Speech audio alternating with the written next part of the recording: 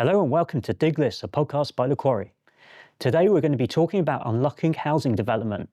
And with me in the studio are Housing Committee President Steve Williams and Director of Infrastructure and Environment, Claire Barrett. We're talking today about the work that has happened and is happening to unlock housing development.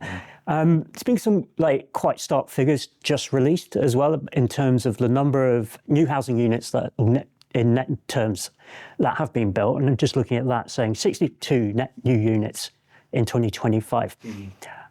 How do you react to that? Because this is a trend we've seen for a while as well. Yeah, I mean, it's obviously disappointing. I think there's some catch-up being played in the market. The more positive, which doesn't come out of the stats for the end of December for last year, is that there are 355 under construction at the moment. So we will see those flowing through over the next 2 years because it takes some time to build homes, to build housing. So those will be flowing through over this next 2 years, which should be a lot more positive. But obviously what we're seeing from last year is what was starting being constructed 2 or 3 years earlier. And undoubtedly, the COVID pandemic lockdowns had an impact on construction and slowed everything down. Plus building material prices rose dramatically. And although it now feels like a long time ago, in the scale of securing land planning, getting things constructed and getting them complete, it wraps still into that work of building homes. So it is disappointing, but obviously looking to the future, I think there's more coming through and there's more optimism about it. I'll caveat that with, we'll see how far the Middle East problems carry on and what impact that might have on building material costs, but hopefully it'll be over sooner rather than later, and we can get back to a bit more normality. I mean, I guess looking at even, you mentioned that 300 plus figure under construction, the housing target is still significantly above that, isn't it, that the state has agreed? Yeah, I mean, it's an indicator, classically, and it's meant to be plus or minus, but yes, it's principally averagely 300 completed homes a year. I don't think we've ever achieved that as an island, to be honest. The norm average might be maximum. This is private and affordable social housing combined, about 120. So there was a shortfall last year. Interestingly, there's a negative for St. Peter Port because more were demolished than built. And one's hoping that some of that is clearing sites in readiness for, so construction starting, because obviously the stats you've just quoted are just a snapshot at the end of December. So with that clearance, potentially there's new build coming forward on those cleared sites. So that's what will be interesting to see by the end of this year, and see, hopefully more homes happening. And there's encouraging news, like there's a planning application in at the moment about converting office space. So we're seeing more of that, and some of the work we can talk to you today that Claire and I have been doing is, specifically Claire leading on with her team, is about trying to unlock some of those sites, whether they be existing new build or converting office space and things like that, or shops and things like that, just basically unused space in the island to generate more homes for people. Which leads us perfectly into the work that has been going on in terms of unlocking housing developments. When did that really begin in earnest? Oh, it was probably about 18 months ago, actually. The previous E&I committee, because they had the mandate for housing at the time, was a work stream in the Guernsey housing plan, which was entitled Incentives and Penalties at the time. So they commissioned a bit of work to have a look at a high level of what levers there were and what potential mechanisms to incentivise housing land to come forward. It was a high-level piece of work, and it was just purposely done to set out what was effectively a toolbox of things that could be used in Guernsey, appropriate to Guernsey, and that's as far as it went. But rather than do another high-level piece of work, the committee at the time thought what's really important is if we identify these sites that can take 10 or more houses, so in Guernsey terms, they're quite big sites, and get to grips with why they're not coming forward. So they're either allocated in the IDP for housing that haven't come forward, or they've got planning permission or a development framework, or some of them actually seem to have commenced development and then stalled for some reason. So the committee thought it was really important to get to those landowners, have a conversation and find out exactly what was the issue, because all the figures in terms of the pipeline supply of land for housing indicated there should be enough land available, but sites weren't coming forward. So it was, just why is that? There was one round of those meetings. Then we had the change in government, and the Housing Committee took over the mandate for that. It was very, very well received by the developers and landowners. I think just the chance to get around a table and positively speak to officers and politicians about what the issues are was really, really well received by the industry as a whole and the landowners. And some sites had multiple meetings on them. Some sites were just a case of there were a misunderstanding in terms of information, and just acting as a facilitator, it unblocked the sites. Other sites, it was clear that actually things had moved on so much that they were just not reasonable as housing sites anymore, and then could we look for different types of development on them. But all in all, that round of initial discussions identified some site-specific issues, but also a number of themes, because what we wanted to know from landowners and developers was just what was their experience and what were the issues that they were experiencing. So it emerged over a number of themes. The Housing Committee have taken on those themes, and there's work happening to, and we can go into a bit of that if you like, the work to address those, which has involved other committees taking that on and advancing that as well. But the Housing Committee also thought it was important to, rather than to go on for some more high-level work, to actually do another round of these meetings because they were so productive. So it actually lowered the number from 10 to 5 to capture the sites that could take 5 to 10 units as well. And we've just completed the second round of meetings on that as well. So all in all, there's been about 22 meetings on which cover about 17 sites that have come forward. But as I say, I think most productively, it's identified a number of issues. Unsurprisingly, there's not one single issue that somebody had come forward and said, that's the issue with my site. It was a combination of things. Whatever government can do to de-risk those sites and potentially make them viable to bring forward is what we really want to look at. So you say you identified some key themes. Could you just explain what they were? Yes, sure. One of the issues that was highlighted was to do with the cost of disposing of contaminated land. As we know, a lot of the allocated housing sites have elements of, ex-winery sites, redundant winery sites on them. And there's a particular issue in Guernsey with lead contamination from old greenhouse sites. And it's to do with lead paint as well as pipes, etc. So we, because of that, because it's actually getting very expensive to dispose of the land, because it has to be effectively, the whole site has to be stripped and then it has to be disposed of, that was adding significantly to building costs. And can be just enough to tip it into being not viable to go ahead, combined with other risks. So the first thing we did was talk to Guernsey Waste to see if there's something we could do quite quickly. Last summer we worked with Guernsey Waste to clarify and amend the waste acceptance criteria. So everything that was contaminated went straight to the contaminated cell, which was higher cost. There's now a different waste acceptance criteria and guidance being produced by Guernsey Waste, which means if there's just very low levels of contamination, it can go to the normal inert waste site. So that's meant that it's reduced the cost for some forms of contamination. So that was positive. We're working with Tobin Cook and the team at Environmental Health to look at a land contamination regime for Guernsey under the pollution control regulations. That'll involve legislation. So that's not a quick fix, but it will at least put in place some legislation so that Guernsey can then have its own regime for contaminated land, which if it results in a register of contaminated land will mean that there might be cases where you can just identify the land on certain contamination and leave it on the site and design it into the development and the parking, for example, that kind of thing. So what we'd like to get to is obviously not having to tip it. If it's low level, we keep it on the site. But yeah, as Claire said, we put it underneath the parking or underneath the houses or the roads.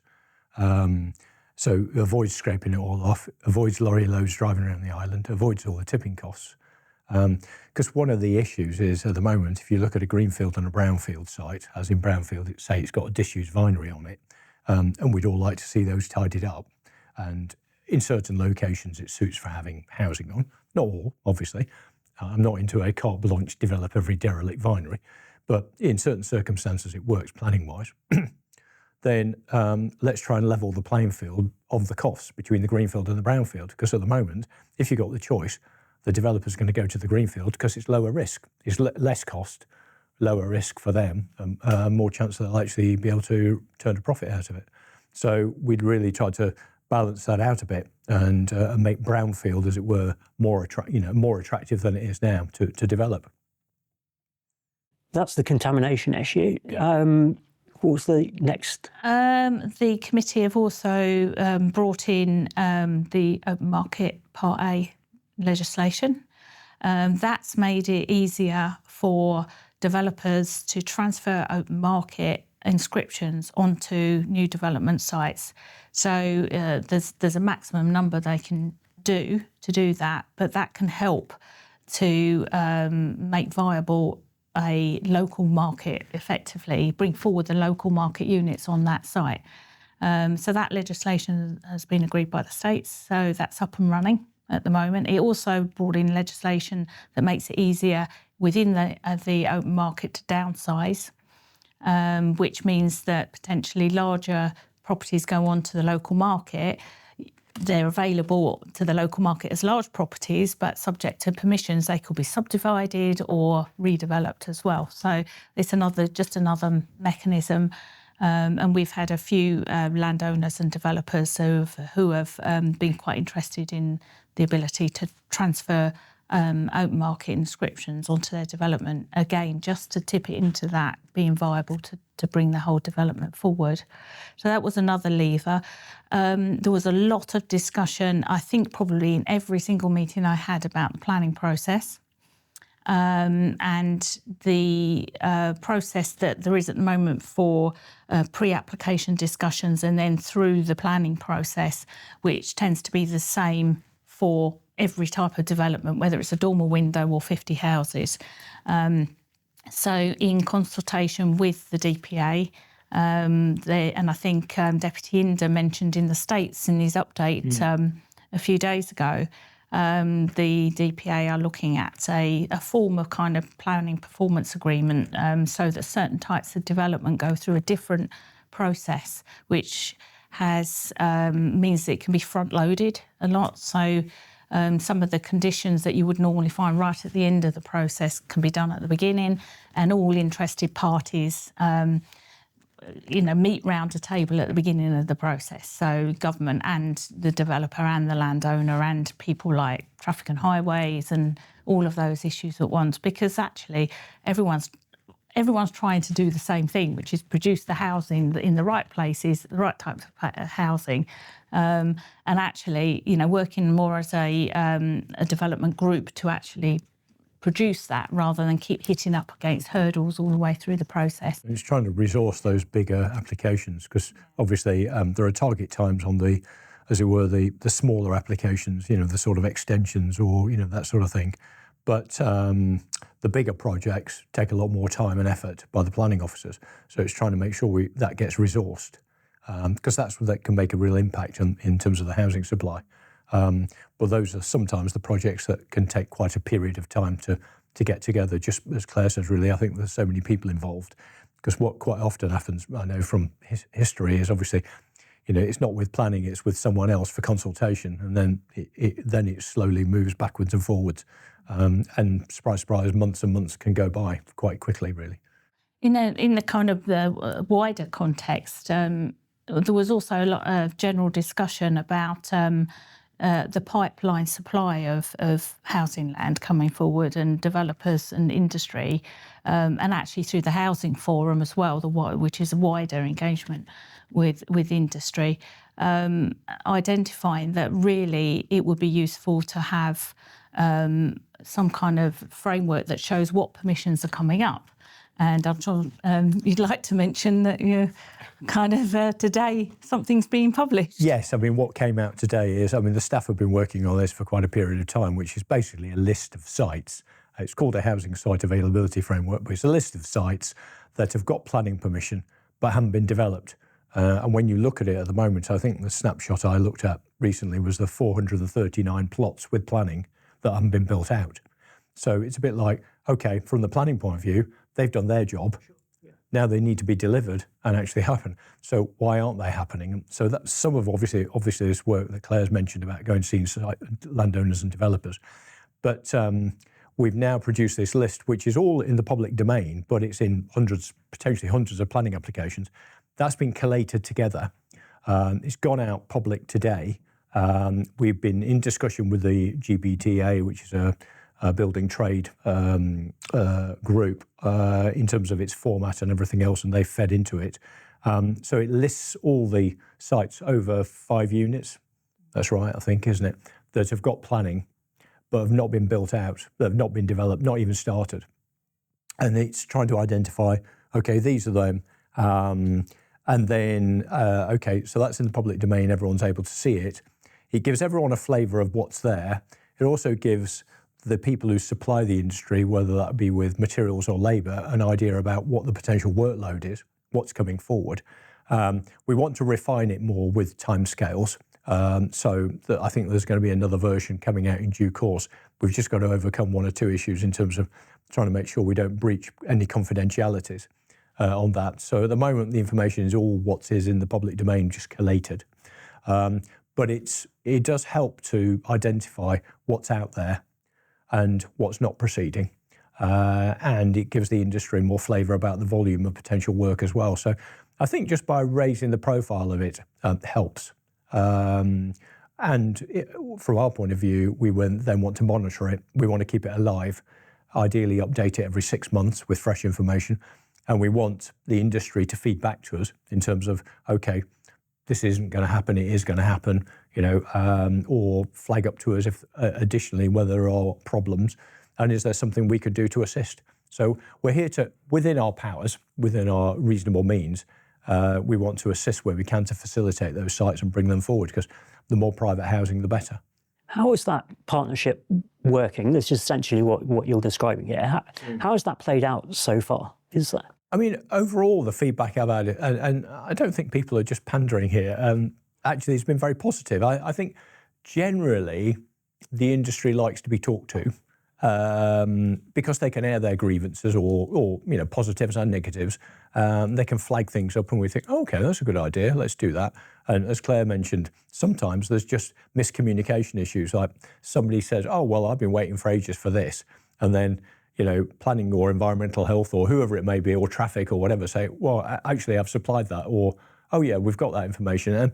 And sometimes it's just a communication issue to overcome an obstacle. And so we've had a few of those where we've sort of broken that down. And I bumped into a few people in the property market earlier last week, and a developer there saying, actually, it's been really good, the communication, been very open. And that's helpful, and generally people just like to be listened to and then see something happening. And that's what we've been keen to do. And I think probably the difference with the Housing Committee, because we're just housing focused. So E&I did lots of work on this area, but E&I were the private market and ESS were dealing with the social housing market. But they had lots of other things to do as well. And so they weren't specifically housing focused. They had lots of other things under their responsibilities. Whereas we know we just got to concentrate on this, and it probably helps us to give more time and attention to it, to be honest, and therefore hopefully make a difference. Would you like to see more levers that you could pull on this? Are there any specific areas where you think? Yeah, I mean, there are certain areas where we've been thinking about sort of viability matters, but then we've got to go into that in terms of who we're going to be offering people grants or assistance or loan guarantees. Those are some of the things in the incentives armoury, that we might look at. But obviously they involve money, and times are tight. And we've got to be very careful that we are targeting funds where it's really needed, as opposed to somebody is not comfortably off but okay, and we've got to target that money directly. But on the other side of it, the penalties is about, that you see floated around quite often, is about, should we not be penalising people with derelict land and sites and hotels and the like by raising TRP dramatically on derelict land and things? And those are things that we're undoubtedly going to be looking at. We'd prefer to do the incentives than hit people. But if we're trying to talk to people and they're just not interested and they're just going to sit on stuff and land bank it for whatever reason, then, and that's no good for the island, then we need to, if they won't go for the incentives, we'll need to work on the penalties. So in terms of levers, yes, I think things like compulsory purchase will be, it's not an area that's been done very much in Guernsey, but it's part of the armoury that we need to have a look at. And raising TRP dramatically on areas that are derelict, that are just lying empty, again, is an area that I think we need to, that we have to consider there's always upsides and downsides to these things, and there are potential consequences that we need to weigh up. So I don't think it's entirely simple and cut and dried, but I think it's something that we need to keep in our back pocket and potentially use if people aren't coming forward positively. If we were to sit here in another, well, let's say 2 years' time, what does success look like? We'd like to see a lot more housing being built, obviously. So there was a net increase of 62, I think, in when you take in the demolitions and the new build overall. There'll be more affordable housing on site. So, positively, the GHA now are close to a position where they're going to be tying up a contract in due course and starting on site, ideally this summer, with the Tyres site. That's 70 apartments. So that's significant. And on the Mallard, again, they want to start doing the groundworks this summer in terms of the road infrastructure and everything else there. And that's 69 affordable and 15 private. Or 16 private, 85 in total, isn't it? So that's really positive as again, so that's basically 139 affordable sort of properties that would be under construction by the year end, which will be really good news. So that will take some time to come through, but that's going to add to the numbers immensely and help the market. And private housing wise, we are doing what we can to push those along. Similarly with the Lille Yard, Bray de Val area, that's going to take time because there's a lot of infrastructure there to sort out with obviously roads, drainage, electricity, water supply, everything, to map that out properly. So it's not piecemeal, and it's done properly across the board. So that will probably be setting, in 2 years' time, that will be setting everything ready for properties coming up out of the ground. Not necessarily completed homes in that timescale, just because there's so much to do there. 2 years, it's hard to put numbers on, and we are going to be tied down. We are going to tie ourselves down on this because it was raised at the scrutiny hearing, what we've had to do is obviously assess where are we now, where can we get to, what's happening. We've now got a very good picture about that. And therefore, what can that convert into numbers that we can realistically achieve? Because it's all well and good to just throw out 300, 400, 500, but are they achievable? And there's no point in bandying around numbers that aren't achievable. By achievable, I mean pushing ourselves a bit as well. Not an easy target, but something we're going to be pushing ourselves. But something relatively realistic with some major effort. And it's not going to make us work any harder if it's 1,000 homes or 500 homes. We're just going to be pushing that because we are a long, long way from oversupplying the market.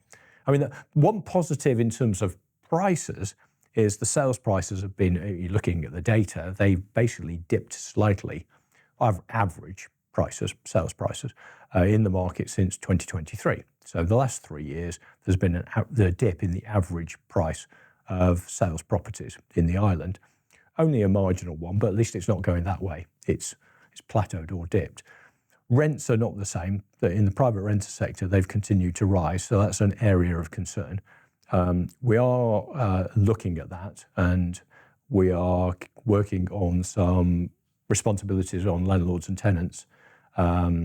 We're considering what Guernsey have done in terms of trying to look at some sort of controlling rents. Again, there's upsides and downsides of that, and we don't want to be losing landlords from the market either. So we have to be very careful to try and balance this.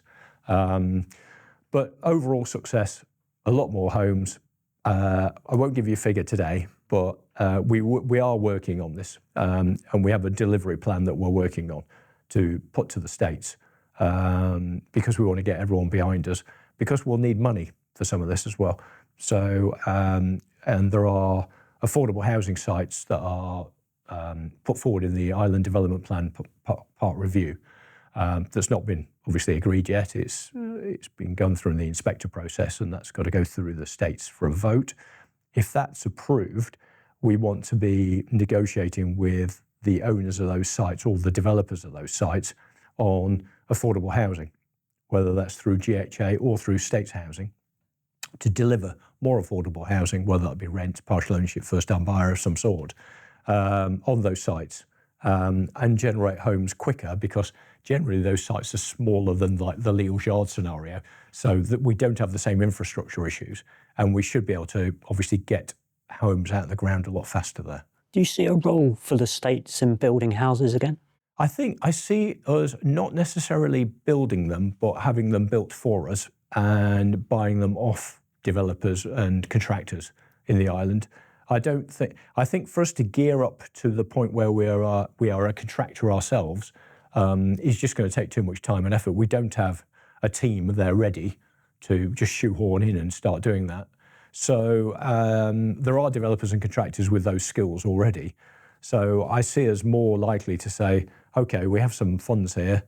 We're in the market to, as it were, buy completed homes. And it may be that we're putting in land, or it may be that we're giving monthly payments, so we're easing people's cash flows. The contractor developers involved have got pre-sales, so that helps their bank finance. So we can help in the process with those sites to bring them forward faster, and then get there'll be a mix of ownership in terms of there'll be rented, there'll be first-time buyer, and there'll be outright sale homes as a mix on those sites. So I see us getting involved in those sorts of arrangements, like a joint venture or partnership arrangement. A lot of what we spoke, and just to wrap it up, I guess there's no short-term fixes. There's no magic wand. I mean, as you know, it takes a long time to build a home, and people will be aware when they look around the island, you know, homes under construction. If you do it in the traditional way, block work, which everybody loves, it's solid, it lasts forever, then it takes a good while. We're also onto the issues about building capacity in the island in terms of labour. That's shrunk since the pandemic. It's more difficult getting labour in, bringing it in since Brexit. And so we do have challenges there. And there's an aim to try to grow that capacity, but that's not an overnight issue. So there are issues there, and I think we'll end up with potentially people having to come into the island on short-term contracts just to supplement the capacity in the island, because if anyone out there is getting work done to their house, it's a bit of a job trying to get tradespeople around because they're so stashed out with work. So that is another challenge for us. At the moment, we're trying to overcome let's at least get these sites progressing, but thinking about the capacity issues as well. But to supplement that, we have been talking within the States about modular housing, but there again, it only works in certain sites. How long is it going to last for? You've got to look at the value for money, in terms of the longevity, and also where it goes, because it's not going to be move it after 2 years. You're still having to put all the drainage in, the power, some road system, and all the rest of it. So that's not simple. It needs to be in a location where ideally it's going to stay there for 15, 20 years to get some value out of it. And might you want to be building those out traditionally rather than with modular? So there is work it's being looked at in terms of the practicalities of it, but it's not necessarily the easy quick fix that some people might consider, because there are always ramifications to these things. So, but we're sort of pressing on. I think a few people have said to me, "Oh, well, yeah." Some people say, "Oh, I quite like what you're doing because it's not seismic in terms of like throwing a great bomb into the housing market. You're working a lot of fronts in the basis that a few of those get going, and a lot of actions then create a decent whole, and that you help them market without, sort of basically upsetting the market, because I think that's what you have to watch in a small market. These things all have consequences, really.